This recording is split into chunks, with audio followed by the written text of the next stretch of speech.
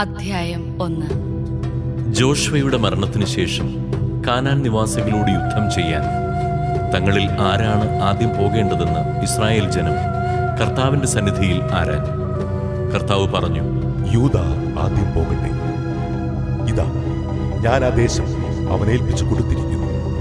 യൂദാ സഹോദരനായ ശിമെയോനോട് പറഞ്ഞു, എനിക്ക് നിശ്ചയിക്കപ്പെട്ടിരിക്കുന്ന പ്രദേശത്തേക്ക് എന്നോടുകൂടെ വരിക. കാനാന്യരോട് നമുക്ക് പോരാടാം. നിനക്ക് നിശ്ചയിക്കപ്പെട്ടിരിക്കുന്ന ദേശത്തേക്ക് ഞാനും നിന്നോടുകൂടെ പോരാം. ശിമെയോൻ അവനോടുകൂടെ പുറപ്പെട്ടു. യൂദാ യുദ്ധം ചെയ്തു.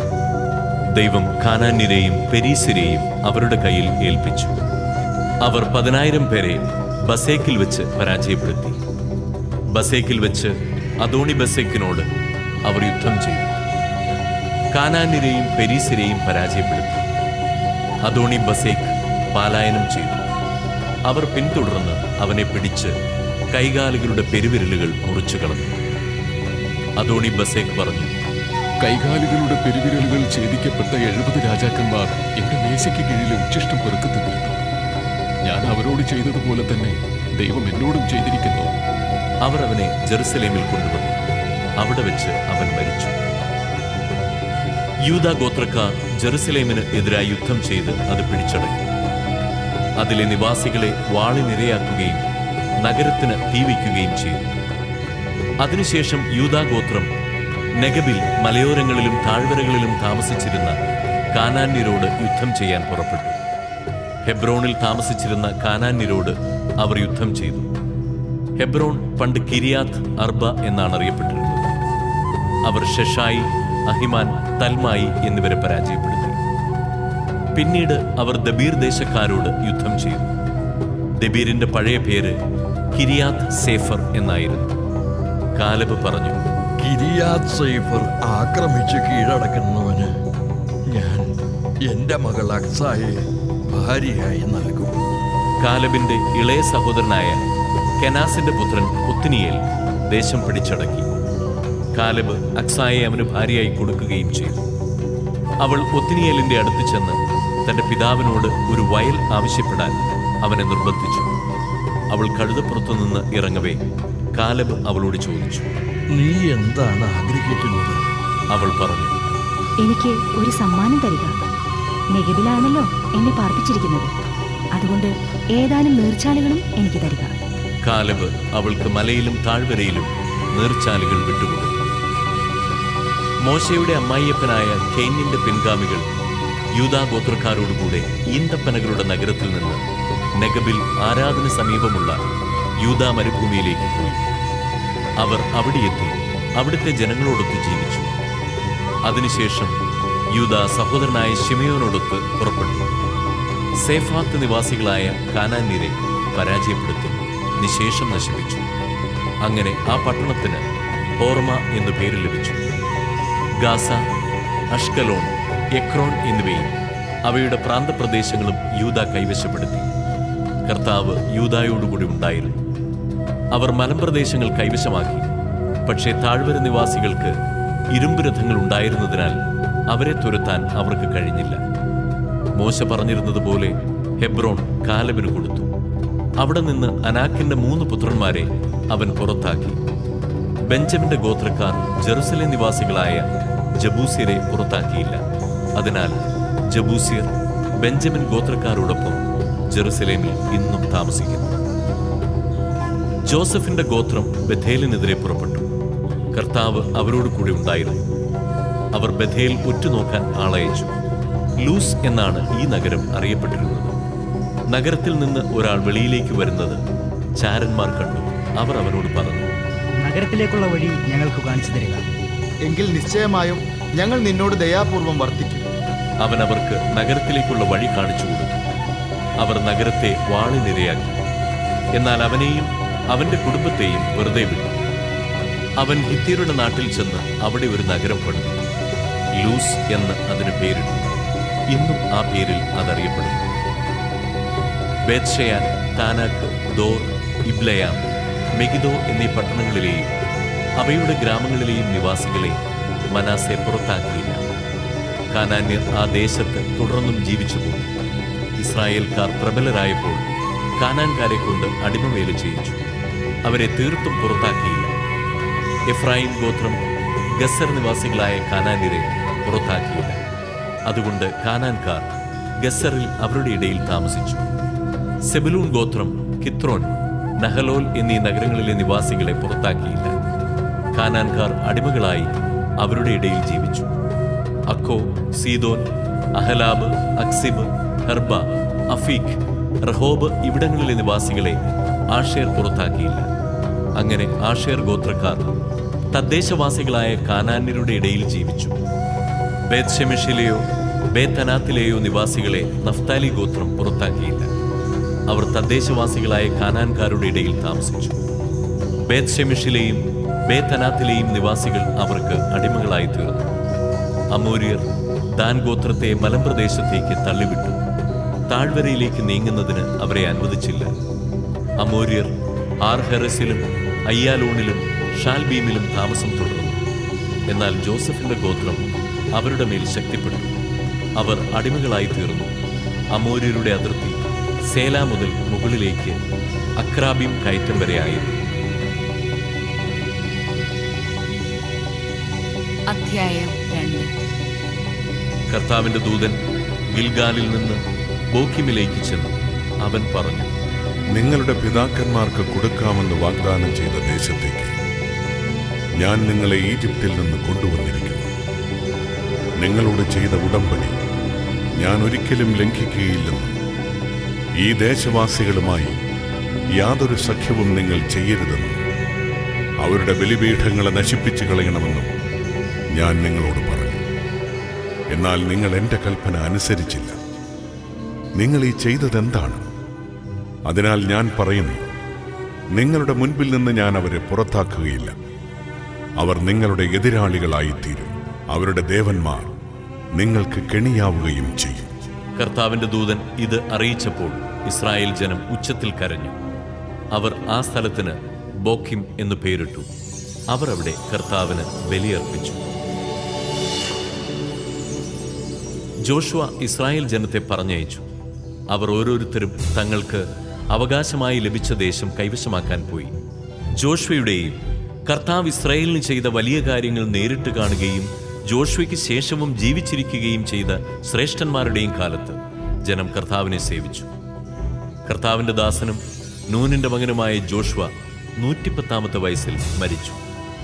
അവനെ ഗാഷ് പർവ്വതത്തിനു വടക്ക് എഫ്രായിം മലനാട്ടിൽ തിംനാത്ത് ഹെറേസിൽ അവന്റെ അവകാശഭൂമിയുടെ അതിർത്തിക്കുള്ളിൽ അടക്കി. ആ തലമുറ മുഴുവൻ തങ്ങളുടെ പിതാക്കന്മാരോട് ചേർന്നു. അവർക്ക് ശേഷം കർത്താവിനെയോ ഇസ്രായേലിന് അവിടുന്ന് ചെയ്ത വലിയ കാര്യങ്ങളെയോ അറിയാത്ത മറ്റൊരു തലമുറ വന്നു. ഇസ്രായേൽ ജനം കർത്താവിന്റെ മുൻപിൽ തിന്മ ചെയ്തു. ബാൽദേവന്മാരെ സേവിച്ചു. തങ്ങളുടെ പിതാക്കന്മാരെ ഈജിപ്തിൽ നിന്ന് കൊണ്ടുവന്ന ദൈവമായ കർത്താവിനെ അവർ ഉപേക്ഷിച്ചു. ചുറ്റുമുള്ള ജനങ്ങളുടെ ദേവന്മാരുടെ പിന്നാലെ അവർ പോയി അവയ്ക്ക് മുൻപിൽ കുമ്പിട്ടു. അങ്ങനെ അവർ കർത്താവിനെ പ്രകോപിപ്പിച്ചു. അവർ കർത്താവിനെ ഉപേക്ഷിച്ച് ബാൽദേവന്മാരെയും അസ്താർത്തെ ദേവതകളെയും സേവിച്ചു. ഇസ്രായേലിനെതിരെ കർത്താവിന്റെ കോപം ജ്വലിച്ചു. അവിടുന്ന് അവരെ കവർച്ചക്കാർക്ക് ഏൽപ്പിച്ചു കൊടുത്തു. അവർ അവരെ കൊള്ളയടിച്ചു. ചുറ്റുമുള്ള ശത്രുക്കളുടെ ആധിപത്യത്തിന് അവരെ വിട്ടുകൊടുത്തു.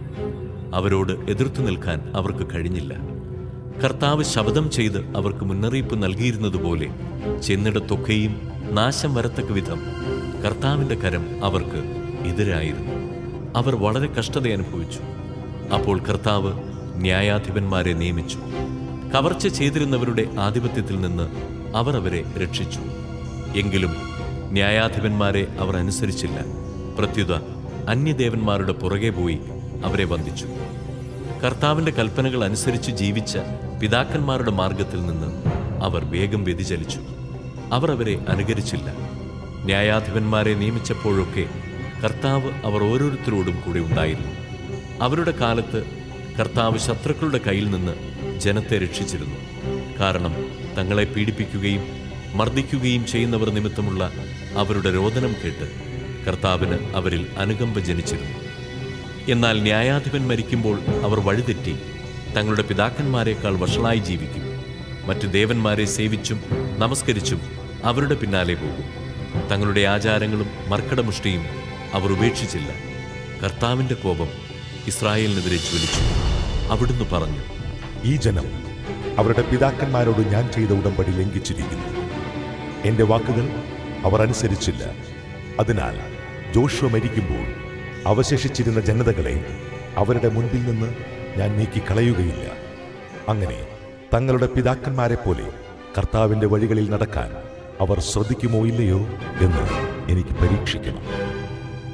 അതുകൊണ്ട് കർത്താവ് ആ ജനതകളെ ഉടനെ നീക്കിക്കളയുകയോ ജോഷുവയുടെ കൈകളിൽ ഏൽപ്പിച്ചു കൊടുക്കുകയോ ചെയ്തില്ല. അധ്യായം 3. കാനാനിലെ യുദ്ധങ്ങളിൽ പങ്കെടുത്ത് പരിചയം സിദ്ധിച്ചിട്ടില്ലാത്ത ഇസ്രായേൽക്കാരെ പരീക്ഷിക്കാൻ വേണ്ടി കർത്താവ് കുറെ ജനതകളെ ശേഷിപ്പിച്ചു. ഇസ്രായേൽ തലമുറകളെ യുദ്ധമുറ അഭ്യസിപ്പിക്കാനും പ്രത്യേകിച്ച് യുദ്ധാനുഭവം ഉണ്ടായിട്ടില്ലാത്തവരെ യുദ്ധം പഠിപ്പിക്കാനും വേണ്ടിയാണിത്. ആ ജനതകൾ ഇവരാണ്: ഫിലിസ്തീനയുടെ 5 പ്രഭുക്കന്മാർ, കാനാന്യർ, സിദോന്യർ, ബാൽ ഹെർമോൻ മല മുതൽ ഹമാത്തിന്റെ പ്രവേശന കവാടം വരെയുള്ള ലെബനോൻ മലയിൽ താമസിച്ചിരുന്ന ഹിവ്യർ. മോശ വഴി കർത്താവ് തങ്ങളുടെ പിതാക്കന്മാർക്ക് നൽകിയ കൽപ്പനകൾ ഇസ്രായേൽക്കാർ അനുസരിക്കുമോ എന്ന് പരീക്ഷിക്കാൻ വേണ്ടിയാണ് ഇവരെ അവശേഷിപ്പിച്ചത്. അങ്ങനെ ഇസ്രായേൽ ജനം കാനാന്യർ, ഹിത്യർ, അമോര്യർ, പെരീസ്യർ, ഹിവ്യർ, ജബൂസ്യർ എന്നിവരുടെ ഇടയിൽ ജീവിച്ചു. അവരുടെ പുത്രിമാരെ ഇസ്രായേൽക്കാർ വിവാഹം ചെയ്തു. തങ്ങളുടെ പുത്രിമാരെ അവർക്ക് വിവാഹം ചെയ്തു കൊടുത്തു. ഇസ്രായേൽക്കാർ അവരുടെ ദേവന്മാരെ സേവിക്കുകയും ചെയ്തു. തങ്ങളുടെ ദൈവമായ കർത്താവിനെ മറന്ന് ബാൽ ദേവന്മാരെയും അഷേരാ പ്രതിഷ്ഠകളെയും സേവിച്ചുകൊണ്ട് ഇസ്രായേൽ കർത്താവിന്റെ മുൻപാകെ തിന്മ പ്രവർത്തിച്ചു. അതിനാൽ കർത്താവിന്റെ കോപം ഇസ്രായേലിനെതിരെ ജ്വലിച്ചു. അവിടുന്ന് അവരെ മെസൊപ്പൊട്ടാമിയ രാജാവായ കുഷാൻ റിഷാത്തായിമിന്റെ കൈകളിൽ ഏൽപ്പിച്ചു. അവനെ അവർ 8 വർഷം സേവിച്ചു. ഇസ്രായേൽ ജനം കർത്താവിനോട് നിലവിളിച്ചു. കാലെബിന്റെ ഇളയ സഹോദരനായ കെനാസിന്റെ പുത്രൻ ഒത്നിയേലിനെ കർത്താവ് അവർക്ക് വിമോചകനായി നിയമിക്കുകയും അവൻ അവരെ മോചിപ്പിക്കുകയും ചെയ്തു. കർത്താവിന്റെ ആത്മാവ് അവന്റെ മേൽ വന്നു. അവൻ ഇസ്രായേലിൽ ന്യായവിധി നടത്തി. അവൻ യുദ്ധത്തിന് പുറപ്പെട്ടു. മെസൊപ്പൊട്ടാമിയ രാജാവായ കുഷാൻ റിഷാത്തായിമിനെ കർത്താവ് അവന്റെ കയ്യിൽ ഏൽപ്പിച്ചു കൊടുത്തു. ഒത്നിയേൽ അവന്റെ മേൽ ആധിപത്യം സ്ഥാപിച്ചു. അങ്ങനെ ദേശത്ത് 40 വർഷം ശാന്തി നിലനിന്നു. അതിനുശേഷം കെനാസിന്റെ മകനായ ഒത്നിയേൽ മരിച്ചു. ഇസ്രായേൽ ജനം വീണ്ടും കർത്താവിന്റെ മുൻപിൽ തിന്മ ചെയ്തു. അതിനാൽ അവിടുന്ന് മൊവാബ് രാജാവായ എഗ്ലോനെ ഇസ്രായേലിനെതിരെ പ്രബലനാക്കി. അവൻ അമ്മോന്യരെയും അമലേഖ്യരെയും കൂട്ടി ഇസ്രായേലിനെ പരാജയപ്പെടുത്തി ഈന്തപ്പനകളുടെ നഗരം കൈവശമാക്കി. ഇസ്രായേൽ ജനം മൊവാബ് രാജാവായ എഗ്ലോനെ 18 വർഷം സേവിച്ചു. എന്നാൽ ഇസ്രായേൽ ജനത കർത്താവിനോട് നിലവിളിച്ചപ്പോൾ അവിടുന്ന് അവർക്ക് ഒരു വിമോചകനെ നൽകി. ബെഞ്ചമിൻ ഗോത്രജനായ ഗേരയുടെ മകനും ഇടത്ത് കയ്യനുമായ യേഹൂദായിരുന്നു അത്. ഇസ്രായേൽ അവൻ വശം മോവാബ് രാജാവായ എഗ്ലോന് കാഴ്ച കൊടുത്തയച്ചു. യേഹൂദ് 1 മുഴം നീളമുള്ള ഇരുവായ്ത്തലവാളുണ്ടാക്കി വസ്ത്രത്തിനടിയിൽ വലത്തെ തുടയിൽ കെട്ടിവെച്ചു. അവൻ മൊവാബ് രാജാവായ എഗ്ലോന് കാഴ്ച സമർപ്പിച്ചു. എഗ്ലോൻ തടിച്ചു കൊഴുത്ത മനുഷ്യനായിരുന്നു. യേഹൂദ് കാഴ്ച സമർപ്പിച്ചു കഴിഞ്ഞ് ചുമട്ടുകാരെ പറഞ്ഞയച്ചു. എന്നാൽ ഗിൽഗാലിൽ ശിലാവിഗ്രഹങ്ങളുടെ അടുത്ത് ചെന്നപ്പോൾ അവൻ തിരിഞ്ഞു നടന്ന് രാജാവിന്റെ അടുക്കൽ വന്നു പറഞ്ഞു, അല്ലയോ രാജാവേ, എനിക്കങ്ങയെ ഒരു രഹസ്യ സന്ദേശം അറിയിക്കാനുണ്ട്. രാജാവ് പരിചാരകരോട് പുറത്തു പോകാൻ ആജ്ഞാപിച്ചു. അവർ പോയി. രാജാവ് വേനൽക്കാല വസതിയിൽ ഇരിക്കുകയായിരുന്നു. യേഹൂദ് അടുത്തു വന്നു പറഞ്ഞു, ദൈവത്തിൽ നിന്ന് നിനക്കായി ഒരു സന്ദേശം എന്റെ പക്കലുണ്ട്. അപ്പോൾ അവൻ എഴുന്നേറ്റു നിന്നു. യേഹൂദ് ഇടത്തു കൈകൊണ്ട് വലത്തെ തുടയിൽ നിന്ന് വാൾ വലിച്ചെടുത്ത് അവന്റെ വയറ്റിൽ ശക്തിയായി കുത്തിയിറക്കി. വാളോടൊപ്പം പിടിയും അകത്തു കടന്നു. വാൾ ഊരിയെടുക്കാതിരുന്നതുകൊണ്ട് കൊഴുപ്പ് അതിനെ മൂടി. അനന്തരം യേഹൂദ് പൂമുഖത്തിറങ്ങി അവനെ അകത്തിട്ട് വാതിലടച്ചു പൂട്ടി. അവൻ പോയി കഴിഞ്ഞ് പരിചാരകർ വന്നു. മുറിയുടെ കതകുകൾ പൂട്ടിയിരിക്കുന്നത് കണ്ടപ്പോൾ അവൻ ദിനചര്യയ്ക്ക് രഹസ്യമുറിയിലായിരിക്കുമെന്ന് അവർ വിചാരിച്ചു. അവർ കാത്തിരുന്ന് കുഴഞ്ഞു. എന്നിട്ടും മുറിയുടെ വാതിലുകൾ തുറക്കാതിരുന്നത് കണ്ടപ്പോൾ അവർ താക്കോലെടുത്ത് തുറന്നു. അതാ രാജാവ് തറയിൽ മരിച്ചു കിടക്കുന്നു. അവർ കാത്തിരുന്ന സമയത്ത് യേഹൂദ് ശിലാവിഗ്രഹങ്ങൾക്കപ്പുറമുള്ള സെയ്റായിലേക്ക് രക്ഷപ്പെട്ടു. അവൻ എഫ്രായിം മലമ്പ്രദേശത്ത് എത്തിയപ്പോൾ കാഹളം മുഴക്കി. ഇസ്രായേൽ ജനം മലയിൽ നിന്ന് അവൻ്റെ നേതൃത്വത്തിൽ താഴേക്കിറങ്ങി. അവൻ അവരോട് പറഞ്ഞു, എൻ്റെ പിന്നാലെ വരിക. കർത്താവ് നിങ്ങളുടെ ശത്രുക്കളായ മൊവാബ്യരെ നിങ്ങളുടെ കൈകളിൽ ഏൽപ്പിച്ചിരിക്കുന്നു.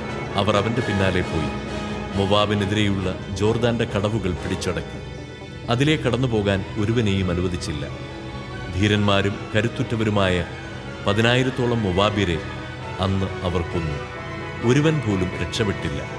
അങ്ങനെ മൊവാബ് ആ ദിവസം ഇസ്രായേലിന് അധീനമായി. 80 വർഷത്തേക്ക് നാട്ടിൽ ശാന്തി നിലനിന്നു. യഹൂദിന്റെ പിൻഗാമിയും അനാത്തിന്റെ പുത്രനുമായ ഷംഗാർ 600 ഫിലിസ്തീനെ ചാട്ട കൊണ്ട് കൊന്നു. അവനും ഇസ്രായേലിനെ രക്ഷിച്ചു. അധ്യായം 4. യഹൂദിനു ശേഷം ഇസ്രായേൽ വീണ്ടും കർത്താവിന്റെ മുൻപിൽ തിന്മ ചെയ്തു.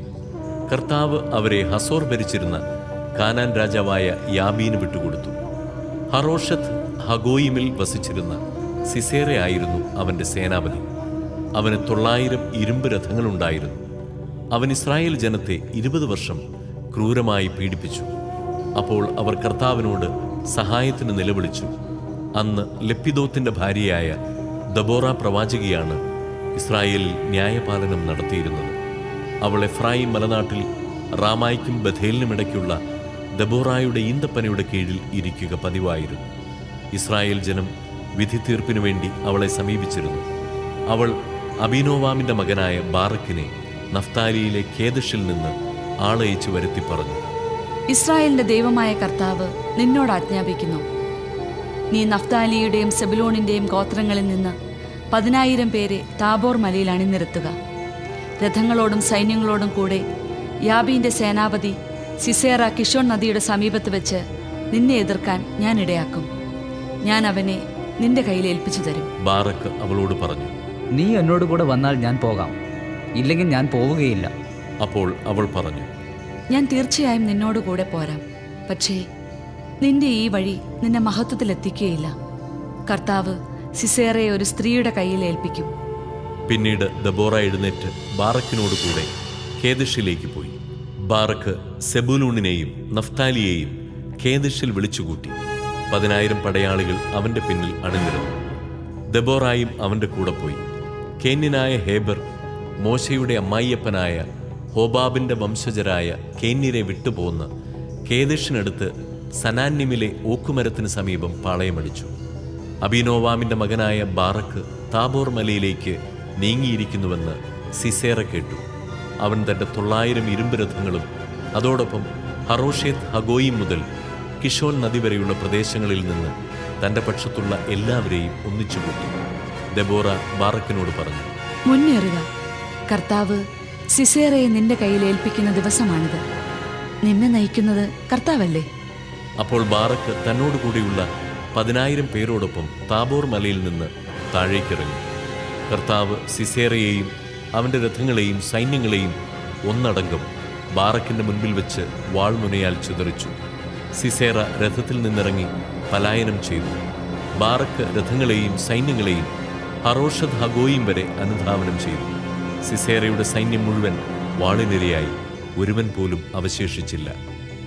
സിസേറ കേന്യനായ ഹേബറിന്റെ ഭാര്യ ജായലിന്റെ കൂടാരത്തിൽ അഭയം പ്രാപിച്ചു. കാരണം അക്കാലത്ത് ഹസോർ രാജാവായ യാബീൻ കേന്യനായ ഹേബറിന്റെ കുടുംബവുമായി സൗഹൃദത്തിലായിരുന്നു.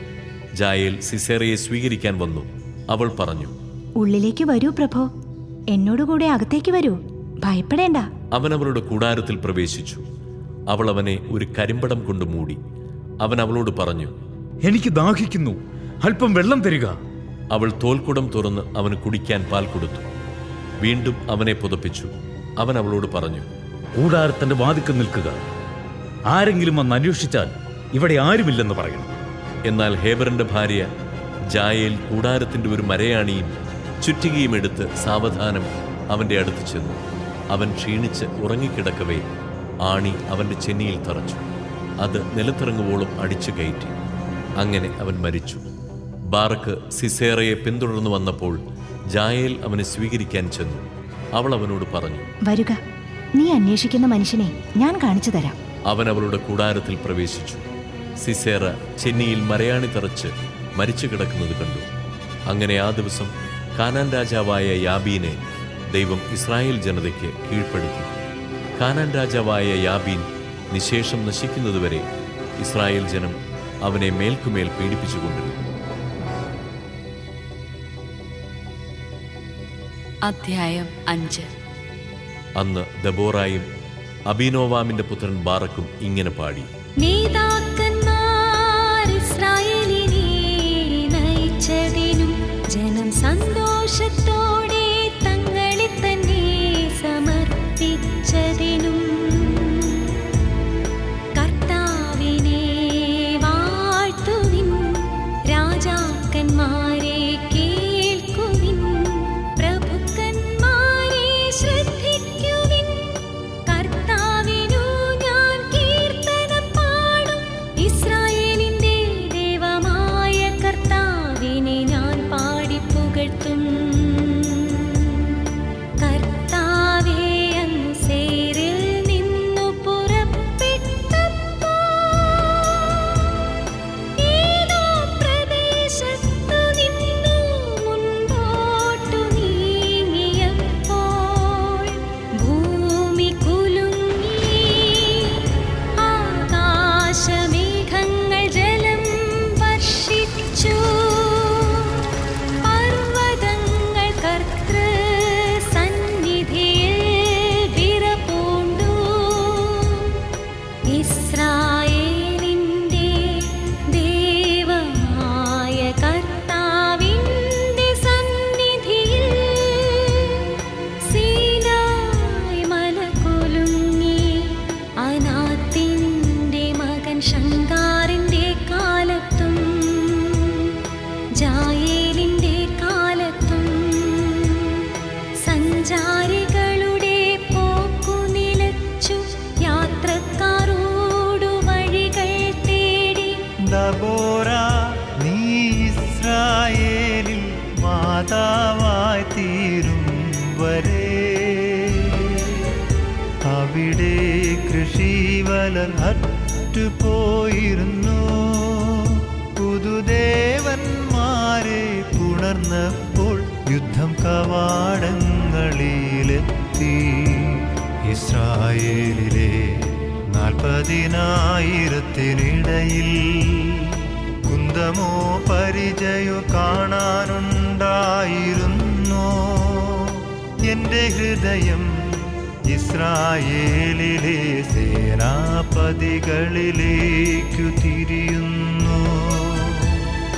അവർ സസന്തോഷം തങ്ങളെ തന്നെ ജനങ്ങൾക്കു വേണ്ടി സമർപ്പിച്ചല്ലോ. കർത്താവിനെ വാഴ്ത്തുവിൻ, ചെങ്കഴുതപ്പുറത്ത് സവാരി ചെയ്യുന്നവരെ, മേൽത്തരം പരവതാനികളിലിരിക്കുന്നവരെ, പാതകളിൽ നടന്നു നീങ്ങുന്നവരെ, നിങ്ങൾ ഇക്കാര്യം ഉദ്ഘോഷിക്കുവിൻ.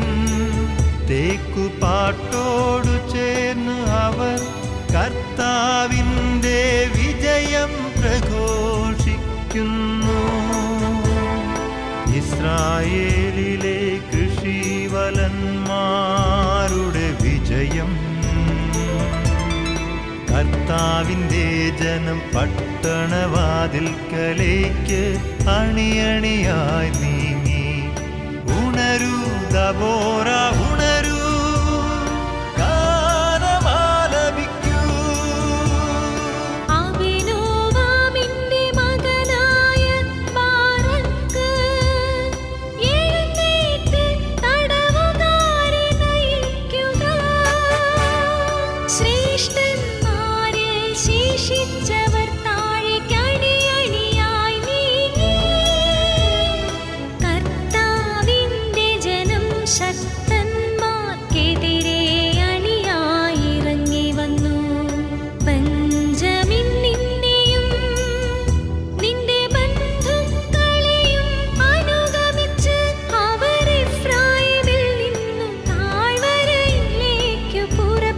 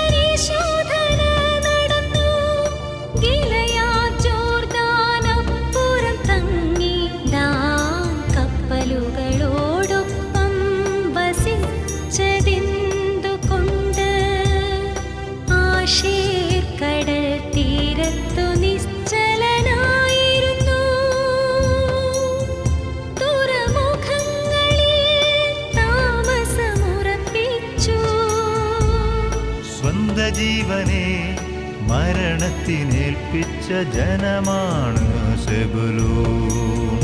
യുദ്ധകളത്തിൽ നഫ്താലിയും മരണം വരിച്ചു.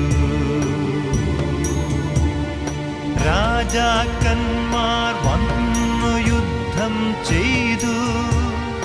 താനാക്കിൽ മെഗിദ്ദോ ജലാശയത്തിനരികെ കാനാൻ രാജാക്കന്മാർ പ്രത്യാക്രമണം നടത്തി.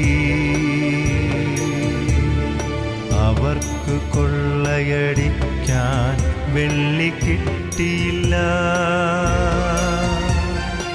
ആകാശത്തിൽ നക്ഷത്രങ്ങൾ യുദ്ധം ചെയ്തു. സഞ്ചാരപഥങ്ങളിൽ നിന്നു കൊണ്ടവർ സിസേറയ്ക്കെതിരെ പൊരുതി.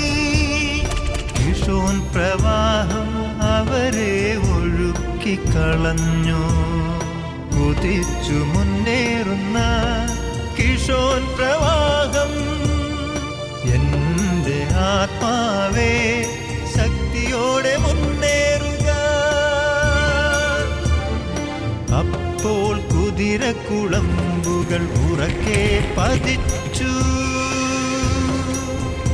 അവ കുതിച്ചു കുതിച്ചു പാഞ്ഞു. മെറോസിനെ ശപിക്കുക. കർത്താവിന്റെ ദൂതൻ പറയുന്നു, അതിലെ നിവാസികളെ കഠിനമായി ശപിക്കുക. എന്തെന്നാലവർ കർത്താവിൻ്റെ സഹായത്തിനു വന്നില്ല. ശക്തന്മാർക്കെതിരെ കർത്താവിനെ തുണയ്ക്കാനവർ അണിനിരന്നില്ല. കേന്യനായ ഹേബേറിന്റെ ഭാര്യ ജായേലാകട്ടെ കൂടാരവാസികളിൽ ഏറ്റം ധന്യ. അവൻ വെള്ളം ചോദിച്ചു, അവൾ പാൽ കൊടുത്തു. രാജകീയ താലത്തിൽ കട്ടത്തൈരും കൊണ്ടുവന്നു. അവൾ കൂടാരത്തിൻ്റെ മരയാണി കയ്യിലെടുത്തു. വലത്തു കൈയിൽ വേലക്കാരുടെ ചുറ്റികയും. അവൾ സിസേറയെ ആഞ്ഞടിച്ചു, അവന്റെ തല തകർത്തു. അവൾ അവന്റെ ചെന്നി കുത്തിത്തുളച്ചു. അവൻ നിലം പതിച്ചു. അവളുടെ കാൽക്കൽ നിശ്ചലനായി കിടന്നു. അവളുടെ കാൽക്കൽ അവൻ വീണു. അവിടെ തന്നെ മരിച്ചു വീണു. സിസേറയുടെ അമ്മ കിളിവാതിലിലൂടെ എത്തി നോക്കി. ജാലകത്തിലൂടെ വിളിച്ചു പറഞ്ഞു, അവന്റെ രഥം വൈകുന്നതെന്തുകൊണ്ട്? രഥകുതിരകളുടെ കുളമ്പടി വൈകുന്നതെന്തുകൊണ്ട്? അവളുടെ ജ്ഞാനവതികളായ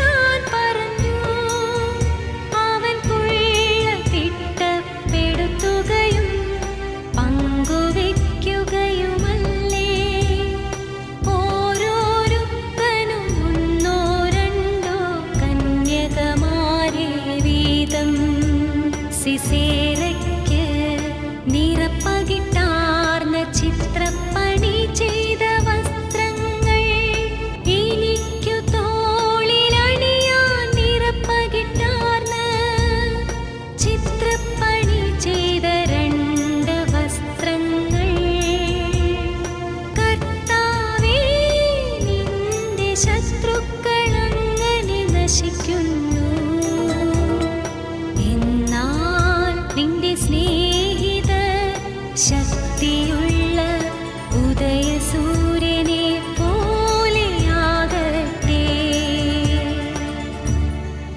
തുടർന്ന് 40 വർഷം രാജ്യത്ത് ശാന്തി നിലനിന്നു.